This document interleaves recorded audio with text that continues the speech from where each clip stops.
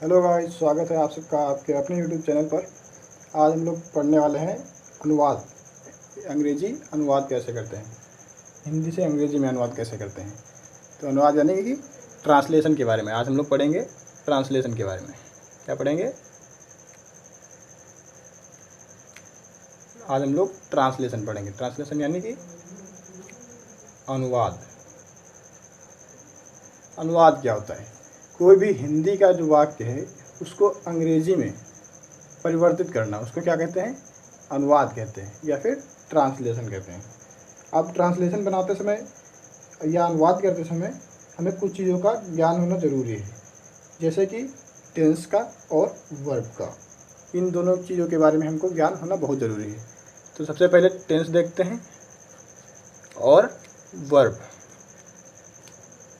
Tense और verb, इन दोनों चीज़ों का ज्ञान होना बहुत ज़रूरी है। वर्ब के बारे में हम लोगों ने पहले बात की है। वर्ब की 3 फॉर्म होती हैं। कौन कौन सी? एक होती है प्रेजेंट, दूसरी होती है पास्ट और तीसरी होती है पास्ट पार्टिसिपल। पास्ट पार्टिसिपल, ये 3 वर्ब की फॉर्म होती हैं। प्रेजेंट में देखें तो अगर एग्जांपल लें तो यानी कि एग्जांपल ले लिया हमने एक वर्ब कम, तो पास्ट में क्या होती है? वो केम हो जाती है। ये सब बात हम पहले कर चुके हैं पिछली क्लास में वर्ब की। और पास्ट पार्टिसिपल में क्या हो जाएगी? फिर से कम हो जाएगी। लेकिन एक बात याद रखने वाली है कि इसकी एक फॉर्म प्रेजेंट पार्टिसिपल भी होती है। क्या होती है? प्रेजेंट पार्टिसिपल भी होती है। प्रेजेंट पार्टिसिपल, इसको हम सामान्यतः क्या कहते हैं? Gerund form. Gerund form. Gerund form क्या होता है? इसी जो वर्ब हमारी कोई भी वर्ब है उसमें आईएनजी लगा देंगे। इसमें आईएनजी लगा देंगे तो हमारी वो क्या हो जाएगी? वर्ब जीरंड फॉर्म हो जाएगी। जैसे कम था तो कम को प्रेजेंट वर्ब की प्रेजेंट फॉर्म में आईएनजी लगा देंगे तो क्या हो जाएगा? कमिंग हो जाएगा। मतलब हमारी प्रेजेंट पार्टिसिपल बन जाएगी। इतनी बात समझ में आ गई आप लोगों को? तो अब देखते हैं, ये सब बात तो हम लोग पहले कर ही चुके हैं वर्ब के बारे में। हम लोग देखते हैं टेंस के बारे में। टेंस भी 3 प्रकार के होते हैं। कौन कौन से? पहला होता है प्रेजेंट टेंस, दूसरा होता है पास्ट टेंस, तीसरा है future tense. Present tense, past tense और फ्यूचर टेंस, ये टेंस 3 हमारे पास होते हैं। तो देखते हैं तीनों टेंस को हिंदी में क्या कहते हैं। प्रेजेंट को कहते हैं वर्तमान। क्या कहते हैं? वर्तमान। पास्ट को क्या कहते हैं? भूत। भूतकाल लिख लेते हैं इसको। टेंस मतलब होता है काल। टेंस मतलब क्या होता है? काल। यहाँ पे लिख लें, टेंस मतलब होता है काल। तो फ्यूचर टेंस की बात करें तो क्या है? यह है भविष्य। क्या है? भविष्य काल। ठीक, इतना समझ में आ गया कि जो प्रेजेंट टेंस है उसको वर्तमान काल कहते हैं, जो पास्ट टेंस है उसको भूतकाल कहते हैं और जो फ्यूचर टेंस है उसको भविष्य काल कहते हैं। टेंस तो आप लोगों को पता होगा, टेंस उसे कहते हैं जो समय है। समय की स्थिति को हम क्या कहते हैं? टेंस कहते हैं। टेंस को समय भी कह सकते हैं, काल भी कह सकते हैं। टेंस 3 प्रकार के होते हैं। एक तो हमारा प्रेजेंट टेंस यानी कि वर्तमान काल, एक होता है पास्ट टेंस यानी कि भूतकाल और एक होता है फ्यूचर टेंस यानी कि भविष्य काल। ये 3 हमारे पास टेंस की फॉर्म होते हैं। हमने बात की यहाँ पे वर्ब की। किसकी बात की? वर्ब की। वर्ब में एक बात और जान लेते हैं, उसके बाद में टेंस हम पढ़ते हैं। वर्ब में क्या होता है कि कोई भी मेन वर्ब है तो वो इंग्लिश में प्लूरल मानी जाती है। मान लिया गो, गो ले लिया तो इसको इंग्लिश में प्लूरल मानते हैं। नॉर्मली इसको प्लूरल ही मानते हैं। कोई भी मेन वर्ब होगी अगर उसकी फर्स्ट फॉर्म है तो उसको प्लूरल मानते हैं। तो इसको सिंगुलर करने के लिए क्या करते हैं? कोई भी वर्ब में क्या करते हैं? एस या ई एस लगाते हैं। तो गो में ES लगा देंगे तो क्या हो जाएगा, गोज। तो ये हो जाएगी सिमुलर। समझ रहे हैं? कोई भी वर्ब होगी तो उसको प्लूरल मानते हैं इंग्लिश में, तो उसको सिंगुलर करने के लिए उसमें S या ES जोड़ा जाता है। कोई भी ले लीजिए, कम ले लीजिए, सिट ले लीजिए, कुछ भी ले लीजिए, तो ये सब क्या है, प्लूरल है। तो इनको सिंगुलर करने के लिए क्या करते हैं, S या ES लगाते हैं वर्ब में। अभी तक हमने बात की वर्ब की, अब देखते हैं टेंस, क्योंकि अनुवाद करते समय वर्ब और टेंस दोनों का ज्ञान होना बहुत ज़रूरी है, तभी हम अनुवाद कर सकते हैं सही तरीके से। तो अब देखते हैं टेंस क्या होता है। टेंस अभी बताया, इसको क्या कहते हैं, काल या समय। समय या काल, टेंस क्या होता है, समय। अब इसके हमने अभी देखा 3 पार्ट होते हैं। कितने पार्ट होते हैं, 3 पार्ट। 3 टाइप होते हैं, पार्ट नहीं टाइप होते हैं। कौन कौन सा, एक होता है प्रेजेंट, दूसरा है पास्ट, तीसरा है फ्यूचर। प्रेजेंट यानी कि वर्तमान, पास्ट यानी कि भूत, और फ्यूचर यानी कि भविष्य। अब इन तीनों के 4-4 पार्ट होते हैं, इनके अलग से 4-4 पार्ट होते हैं। किसके, टेंस के पार्ट्स के 4-4 पार्ट होते हैं। कौन कौन से, पहला देखते हैं प्रेजेंट इंडेफिनिट, दूसरा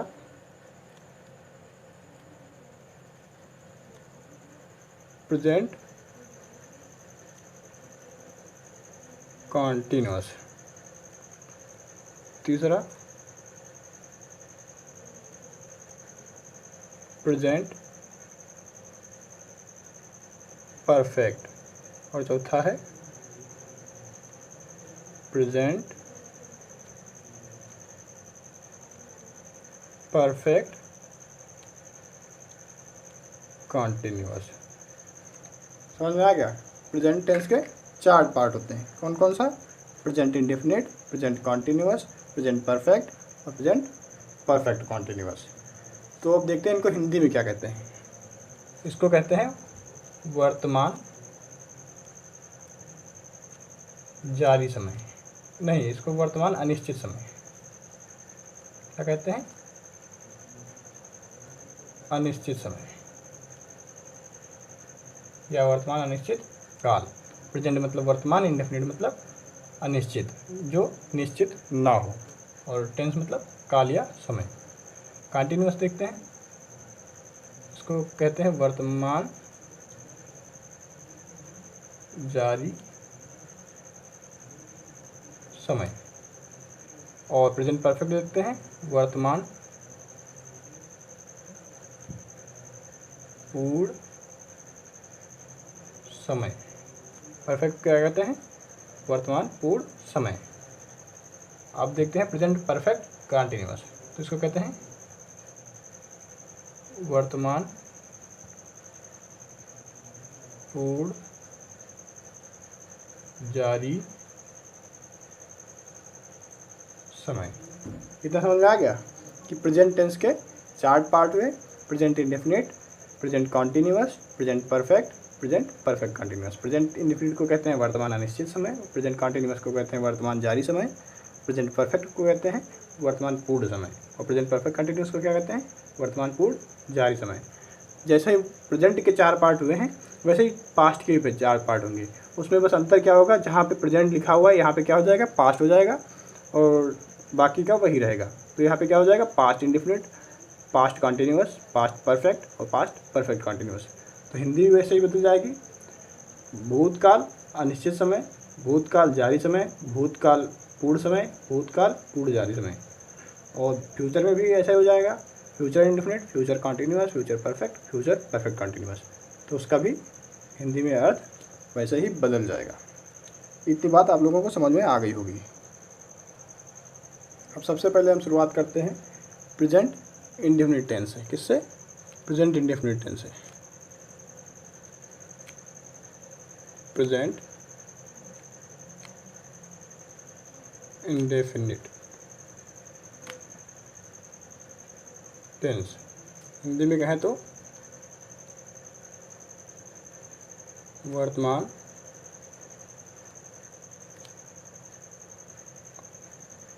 अनिश्चित समय।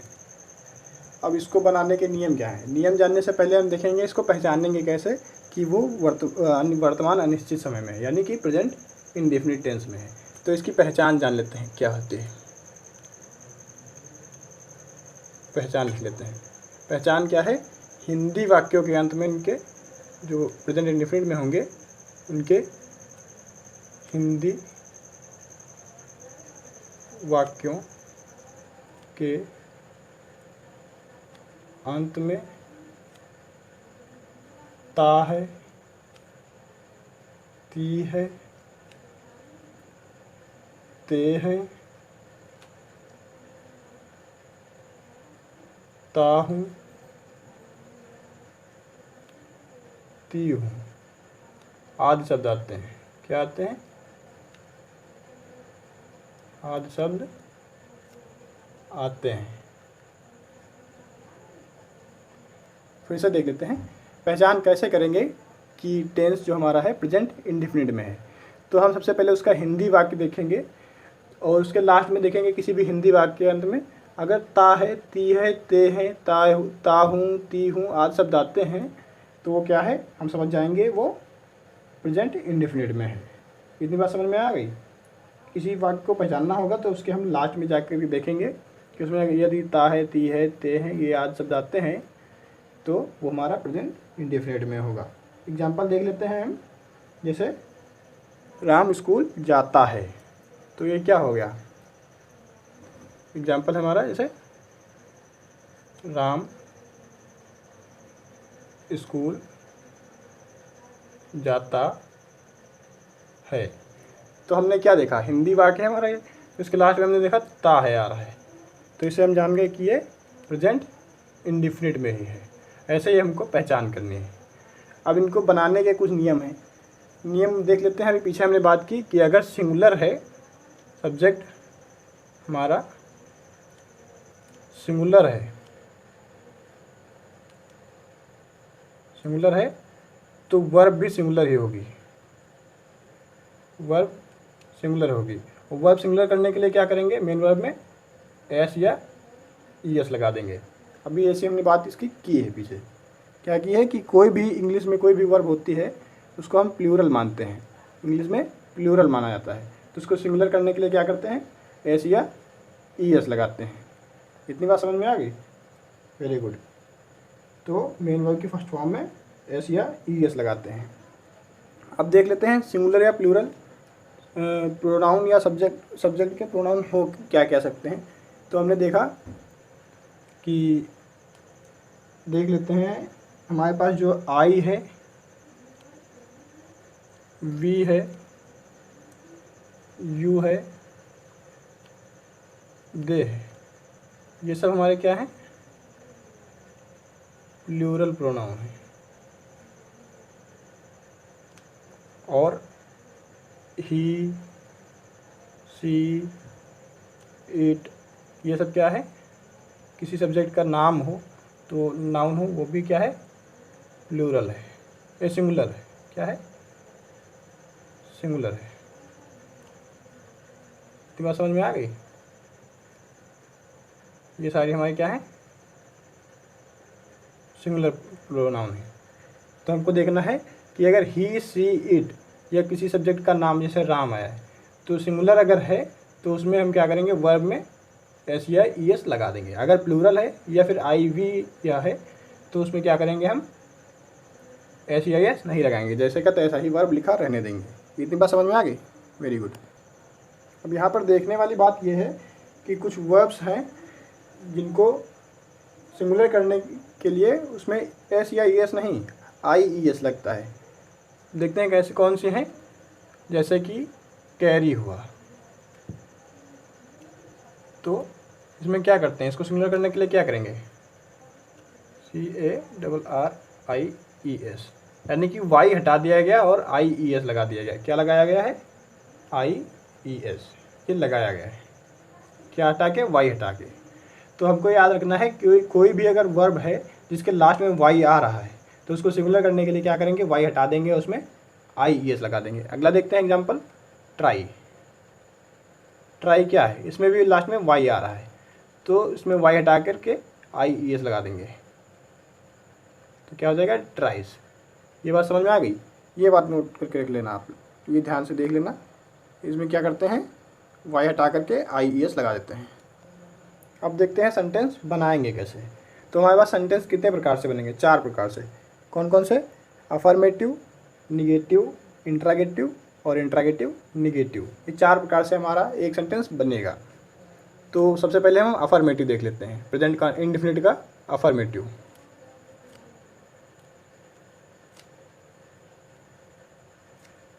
अफर्मेटिव सेंटेंस यानी कि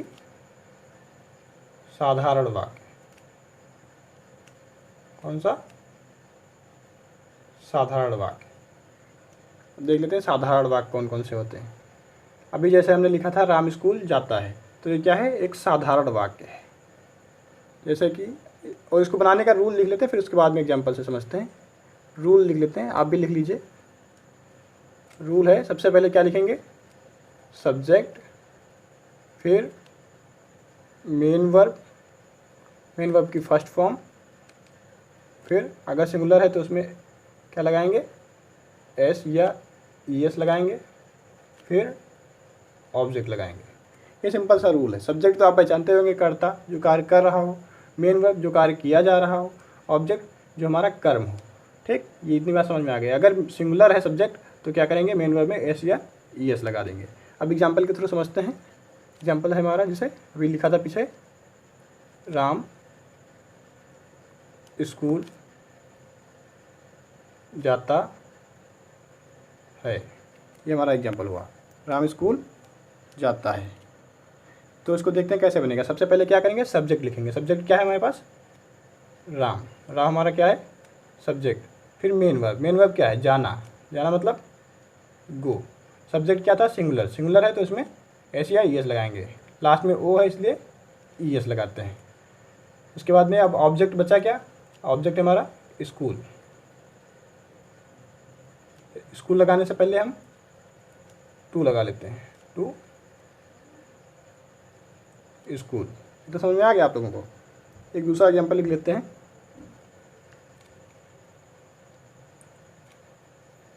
सीता खाना पकाती है। क्या है? सीता खाना पकाती है।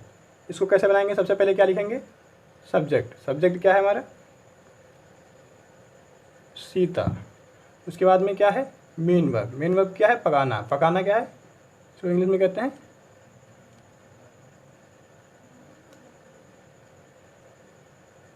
इसमें लगाएंगे S, कुक्स। सी के नहीं होता इसमें, कुक्स। फिर ऑब्जेक्ट क्या है हमारा? फूड। सीता कुक्स फूड। इतना समझ में आ गया? यानी कि कोई अफर्मेटिव सेंटेंस होता है तो उसको बनाने का सिंपल सा रूल है। आप ये रूल लिख लीजिएगा कि सर क्या है रूल? सबसे पहले सब्जेक्ट लिखेंगे, फिर मेन वर्ब की फर्स्ट फॉर्म, फिर फर्स्ट फॉर्म मतलब प्रेजेंट, मेन वर्ब की प्रेजेंट फॉर्म। फिर उसके बाद में अगर सिंगुलर है तो S या ES लगाएंगे, फिर उसके बाद में ऑब्जेक्ट लगाएंगे। एग्जाम्पल देख लेते हैं, राम स्कूल जाता है। तो राम हमारा क्या है? सिंगुलर है, इसलिए पहले सब्जेक्ट लिखा राम, फिर सिंगुलर वर्ब लगेगी साथ में क्योंकि सब्जेक्ट सिंगुलर है। तो लिखा गो। सिंगुलर होने के साथ होने के लिए गो को यानी कि वर्ब को सिंगुलर करना होगा, इसलिए इसमें ES लगा देते हैं। फिर ऑब्जेक्ट टू स्कूल। वैसे ही सीता खाना पकाती, सीता कुक्स फूड। इतना समझ में आ गया? अब देखते हैं निगेटिव। निगेटिव सेंटेंस कैसे बनाते हैं देखते हैं। निगेटिव सेंटेंस यानी कि नकारात्मक वाक्य। नकारात्मक वाक्य। अब ये नकारात्मक वाक्य क्या होते हैं? नकारात्मक वाक्य वो जिनमें हिंदी वाक्य में नहीं आ जाए, यानी कि वो साधारण सिंपल से ना हो, उसमें नहीं आ जाए, तो वो क्या हो जाते हैं, नकारात्मक वाक्य कहलाते हैं। अब नकारात्मक वाक्य क्या होता है, एग्जाम्पल देख लेते हैं। जैसे वही पिछला वाला एग्जाम्पल था, राम स्कूल जाता है, तो यहाँ पर नकारात्मक अगर उसको लिखेंगे तो कैसे हो जाएगा, राम स्कूल नहीं जाता है। तो ये क्या हो गया, ये हमारा निगेटिव हो गया, यानी कि नकारात्मक हो गया, यहाँ पे इसमें नहीं लग गया, तो ये हमारा निगेटिव सेंटेंस हो गया। अब इसमें देखते हैं, इसमें जानने वाली एक बात ये और है कि इसमें हेल्पिंग वर्ब लगती है। क्या लगती है, हेल्पिंग वर्ब। हेल्पिंग वर्ब कौन कौन सी, एक है डू, दूसरी है डज। अफर्मेटिव में क्या था, है की अंग्रेजी नहीं लिख रहे थे, है के लिए हम इज एम आर का यूज़ नहीं कर रहे थे अफर्मेटिव में हम इसका यूज़ नहीं कर रहे थे। लेकिन यहाँ पे इसमें हेल्पिंग वर्ब लगेगी, डू या डज। डू का यूज़ करते हैं हम प्लूरल प्रोनाउन या नाउन के लिए, प्लूरल के लिए, और डज का सिंगुलर के लिए। डज का यूज़ करेंगे सिंगुलर के लिए और डू का प्लूरल के लिए। तो आप देखते हैं इसका रूल क्या है, रूल बनाने का लिख लेते हैं, आप भी लिख लीजिए, ये काम आएगा। सबसे पहले लिखते हैं सब्जेक्ट, जो भी हो सिंगुलर या प्लूरल, उसके बाद में हेल्पिंग वर्ब, डू या डज। फिर जैसा भी हो, सब आपका अगर सब्जेक्ट प्लूरल है तो डू लगाइए, अगर सिंगुलर है तो डज लगाइए। इसमें भी मेन वर्ब की फर्स्ट फॉर्म लगाते हैं। यहाँ पे एस या ई एस का यूज़ नहीं करते हैं, वो केवल प्रेजेंट इंडेफिनिट के अफर्मेटिव में ही करते हैं। यहाँ पे एस या ई एस का यूज़ नहीं करते हैं, केवल मेन वर्ब की फर्स्ट फॉर्म लिखेंगे। फिर क्या लिखेंगे, ऑब्जेक्ट। इतना समझ में आ गया। एग्जाम्पल वही देख लेते हैं, राम स्कूल नहीं जाता है, तो इसको कैसे बनाएंगे, इसको बनाएंगे सबसे पहले सब्जेक्ट। सब्जेक्ट इसमें क्या है, राम, तो लिखेंगे राम। फिर क्या है, हमको लगाना है हेल्पिंग वर्ब। हेल्पिंग वर्ब क्या है हमारे पे, डू या डज है। अगर सिंगुलर है तो डज लगाएंगे, अगर प्लूरल है तो डू लगाएंगे। हमारे पास देखते हैं, राम है हमारा सिंगुलर, यानी कि यहाँ पे लगेगा डज। क्या लगेगा, does.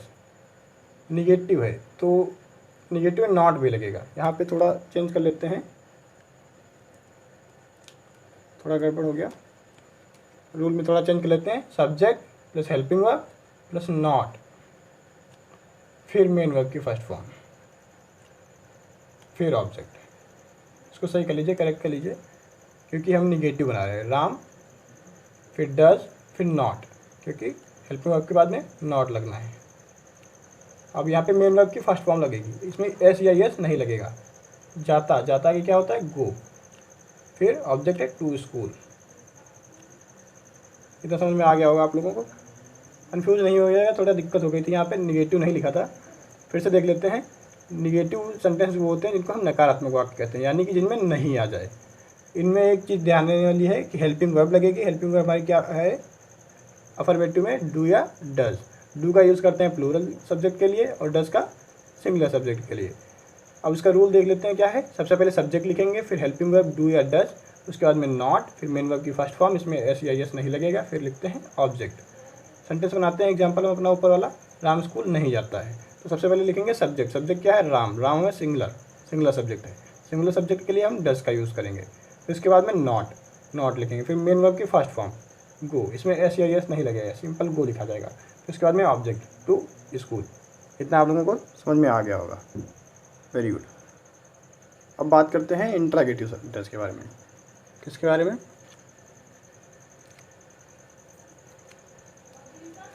Interrogative sentence. Interrogative sentence, इसको हिंदी में क्या कहते हैं, प्रश्नवाचक वाक्य। क्या कहते हैं, प्रश्नवाचक वाक्य। प्रश्नवाचक वाक्य से आप ये तो समझ गए होंगे कि इसमें प्रश्न पूछा जाना है, यानी कि क्वेश्चन करना है। तो ये दो प्रकार के होते हैं, एक वो जो हेल्पिंग वर्ब से स्टार्ट होते हैं, इंग्लिश में हेल्पिंग वर्ब से स्टार्ट होते हैं, और दूसरे वो जो इंग्लिश में क्वेश्चन वर्ड से स्टार्ट होते हैं। किससे स्टार्ट होते हैं, क्वेश्चन वर्ड से। इतनी बात समझ में आ गई। अब देखते हैं हेल्पिंग वर्ब से स्टार्ट होने वाले क्या होते हैं।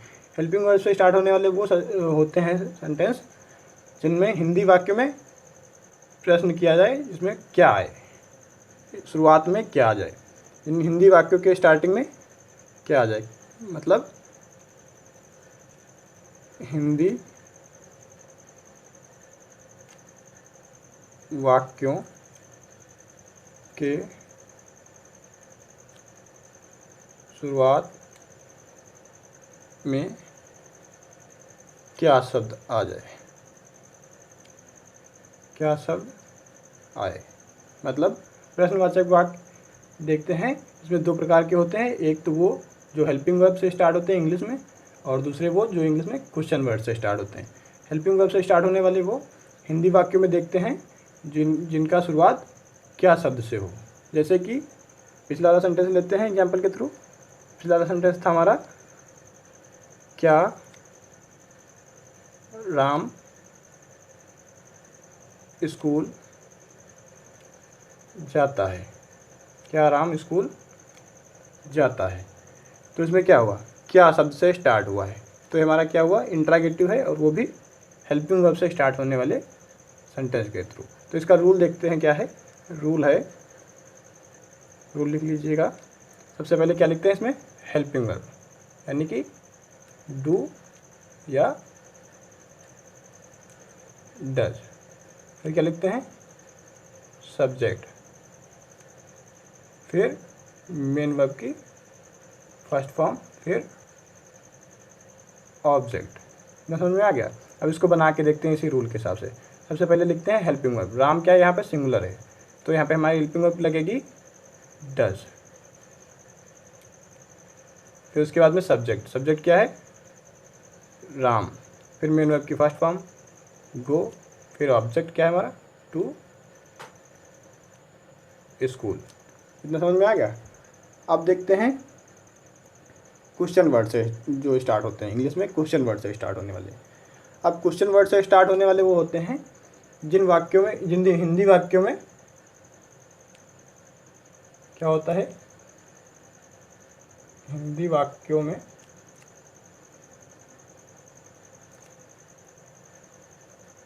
क्यों, कहाँ, कैसे, कब आदि शब्द आए, आदि शब्द आए, तो वो क्या होते हैं, इंग्लिश में क्वेश्चन वर्ड से स्टार्ट होते हैं। इनका बनाने का रूल देख लेते हैं क्या है। इनका पहले एक एग्जांपल देख लेते हैं कि एग्जांपल है, वे स्कूल क्यों जाते हैं, वे स्कूल क्यों जाते हैं।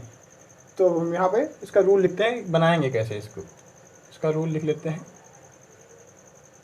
रूल है, सबसे पहले क्या लिखेंगे, सबसे पहले लिखेंगे question word, question word plus question word के बाद में लिखेंगे हेल्पिंग वर्ब। क्या लिखेंगे, डू या डज। दिख तो रहा है इधर ना, हाँ सही बात, ठीक है। सबसे पहले लिखेंगे क्वेश्चन वर्ड, फिर हेल्पिंग वर्ब डू या डज, फिर लिखेंगे सब्जेक्ट, फिर लिखेंगे मेन वर्ब की फर्स्ट फॉर्म, फिर लिखेंगे ऑब्जेक्ट। फिर से रूल लिख लीजिए आप अलग लिख लीजिए, थोड़ा यहाँ पे जगह कम है इसलिए हमने ऐसा नीचे लिखा है, आप लिख लीजिए। सबसे पहले लिखेंगे क्वेश्चन वर्ड, यानी क्यों, कहाँ, कैसे, कब, इन सब शब्दों की अंग्रेजी, यानी कि इनकी इंग्लिश मीनिंग लिखेंगे, यानी वही हमारा है क्वेश्चन वर्ड। फिर उसके बाद में हेल्पिंग वर्ब लगाएंगे डू या डज। उसके बाद में हम लिखेंगे सब्जेक्ट, फिर मेन वर्ब की फर्स्ट फॉर्म, फिर ऑब्जेक्ट। हम यही वाला सेंटेंस बनाते हैं, वे स्कूल क्यों जाते हैं। तो इसको बनाएंगे तो सबसे पहले हमको क्या लिखना है, क्वेश्चन वर्ड। क्यों को इंग्लिश में क्या कहते हैं, वाई। फिर उसके बाद में डू या डज। डू लगता है प्लूरल के लिए और डज लगता है सिंगुलर के लिए। यहाँ पे वे क्या है, प्लूरल है, तो यहाँ पे क्या लगेगा, डू। फिर सब्जेक्ट क्या है, वे को कहते हैं इंग्लिश में दे, फिर मेन वर्ब, मेन वर्ब मतलब गो हमारी जाना, फिर ऑब्जेक्ट, प्लस क्यों लगाएं, गो टू स्कूल। समझ में आ गया? कैसे बनाएंगे? सबसे पहले क्या लिखेंगे, क्वेश्चन वर्ड, फिर हेल्पिंग वर्ब, फिर सब्जेक्ट, फिर मेन वर्ब, फिर ऑब्जेक्ट। सेंटेंस क्या था हमारा, वे स्कूल क्यों जाते हैं। तो सबसे पहले क्यों की लिखेंगे, क्योंकि क्वेश्चन वर्ड सबसे पहले लिखना होता है, तो क्यों की होते वाई। फिर हमारे यहाँ पे प्लूरल सब्जेक्ट है, तो यहाँ पे हेल्पिंग वर्ब लगाएंगे डू, फिर उसके बाद में सब्जेक्ट दे, फिर मेन वर्ब गो, फिर ऑब्जेक्ट टू स्कूल। इतना समझ में आ गया होगा। अगला है हमारा इंट्रागेटिव नेगेटिव सेंटेंस। क्या है? Interrogative negative sentence. क्या है? Interrogative negative sentence. तो इंट्रागेटिव हमने अभी देखा था, इसको क्या कहते हैं, प्रश्नवाचक। नेगेटिव को नकारात्मक, सेंटेंस को वाक्य, प्रश्नवाचक नकारात्मक वाक्य। यानी कि वैसे ऐसे सेंटेंस जिसमें प्रश्न भी पूछा जाए और नहीं भी लगा हो। ऐसे सेंटेंस जिसमें प्रश्न भी पूछा जाए और नहीं भी लगा हो। ऐसा सेंटेंस देखते हैं हम, हमारे पास है अभी जो हमने पहले लिखा था, राम स्कूल जाता है, उसी को हम बनाते हैं इंट्रागेटिव निगेटिव के तरीके से। तो हमारा हो जाएगा राम स्कूल क्यों नहीं जाता है, क्वेश्चन वर्ड, क्वेश्चन मार्क। तो हमने देखा ये क्या है, इसमें क्वेश्चन भी किया गया है और नहीं भी लगा, यानी कि इंट्रागेटिव भी है और निगेटिव भी है। राम स्कूल क्यों नहीं जाता है, तो हमारा ये हो गया इंट्रागेटिव भी है और निगेटिव भी है। ये भी इंट्रागेटिव की तरह दो प्रकार के ही होते हैं, यानी कि एक वो जो हेल्पिंग वर्ब से स्टार्ट होंगे और दूसरे वो जो क्वेश्चन वर्ड से स्टार्ट होंगे। तो सबसे पहले हम देखते हैं हेल्पिंग वर्ब से स्टार्ट होने वाले। कौन देखते हैं? हेल्पिंग वर्ब से स्टार्ट होने वाले।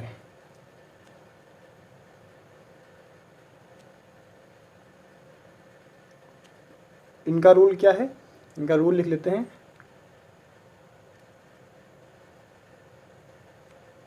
सबसे पहले हेल्पिंग वर्ब डू या डज, फिर सब्जेक्ट, फिर नॉट, फिर मेन वर्ब की फर्स्ट फॉर्म, फिर ऑब्जेक्ट। ये रूल याद रखना, यही रूल आप लिख लीजिएगा, आपको पूरा सेंटेंस बन जाए, आपका पूरा सेंटेंस बन जाएगा, कोई दिक्कत नहीं होगी। और आपको ज़्यादा कुछ याद भी नहीं करना होगा, क्योंकि इसी में सारा कुछ लिखा हुआ है। जितना हम बताते हैं थ्योरी आपको, वो सारा कुछ इसी में लिखा हुआ है। क्योंकि देखिए हेल्पिंग वर्ब भी बताइए हमने, डू या डज। आपको ये पता ही है कि डू का हम प्लूरल में यूज़ करते हैं और डज का सिंगुलर में करते हैं। फिर उसके बाद में सब्जेक्ट लिखेंगे, फिर उसके बाद में नॉट, फिर मेन वर्ब की फर्स्ट फॉर्म लिखेंगे, इसमें एस या एस नहीं लगेगा, फिर उसके बाद में ऑब्जेक्ट लगाएंगे। तो ऐसे हमारा पूरा सेंटेंस बन जाएगा। एग्जाम्पल देखते हैं हम, यही वाला देख लेते हैं। क्या राम स्कूल नहीं जाता है। तो ये हमारा क्या से स्टार्ट हुआ, यानी कि ये हेल्पिंग वर्ब वाला है, हेल्पिंग वर्ब से स्टार्ट होने वाले। तो इसको हम कैसे बनाएंगे, सबसे पहले हेल्पिंग वर्ब लगाएंगे। राम क्या है, सिंगुलर है, तो यहाँ पे क्या लगेगा, हेल्पिंग वर्ब डज, फिर सब्जेक्ट राम, फिर उसके बाद में नॉट, फिर क्या लगाएंगे, मेन वर्ब की फर्स्ट फॉर्म गो, फिर ऑब्जेक्ट टू स्कूल। इतना समझ में आ गया? सबसे पहले क्या लगाएंगे, हेल्पिंग वर्ब, फिर सब्जेक्ट, फिर नॉट, फिर गो यानी कि मेन वर्ब, फिर ऑब्जेक्ट। अब दूसरा देखते हैं जो क्वेश्चन वर्ड से स्टार्ट हो। किससे स्टार्ट हो, क्वेश्चन वर्ड से स्टार्ट हो। क्वेश्चन वर्ड से स्टार्ट होने वाले देखते हैं। इसका रूल क्या है, इसका भी रूल लिख लो। इसका रूल है सबसे पहले क्या लिखेंगे, क्वेश्चन वर्ड।